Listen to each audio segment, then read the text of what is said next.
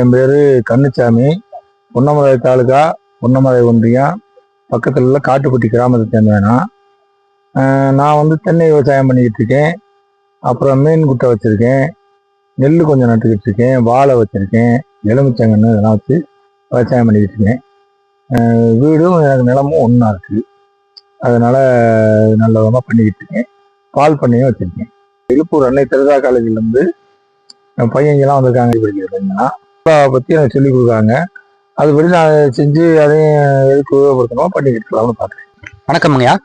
நம்ம பார்த்தீங்கன்னா தெரசா வேளாண்மை நல்லூர்லேருந்து வந்திருக்கோம்.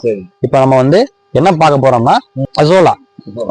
இது நம்ம எதுக்கு பயன்படுத்துறோம்னா யூரியாவோட தேவையை கம்மி பண்ணிக்கலாம். எதுக்கெல்லாம் பயன்படுத்துறோம்னா நிறைய பேருக்கு ஆடு மாடுக்கு கோழிக்கு. இப்ப நம்ம இதை எப்படி பண்ண போறோம்னா முதல்ல இடம் எப்படி இருக்கணும்னா மூடாக்கு மாதிரி இருக்கணும். ஒரு 50% 75% இருக்கணும். சரி, நம்மள்ட்ட அந்த மூடையை வச்சு நம்ம பண்ணிக்கலாம்யா.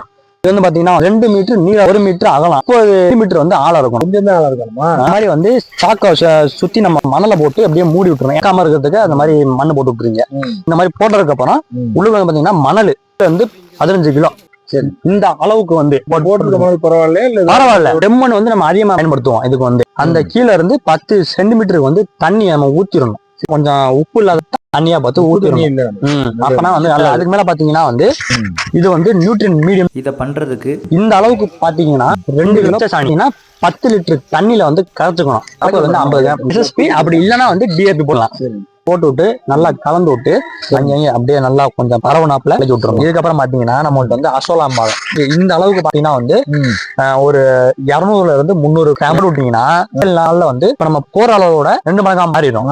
இப்ப இதை போட்டதுக்கு அப்புறம் முதல் அறுவடை பாத்தீங்கன்னா 10 இருந்து 15 நாள் போதும். ஊத்துறோம் பாத்தீங்களா, கலைக்கு மட்டும் சும்மா ஊத்தி விட்டுருங்க. தண்ணி இல்லைன்னா நீங்க பார்த்து ஊத்துருங்க. இதே அளவுக்கு சரி, சரிங்க. நன்றிங்க. நன்றி.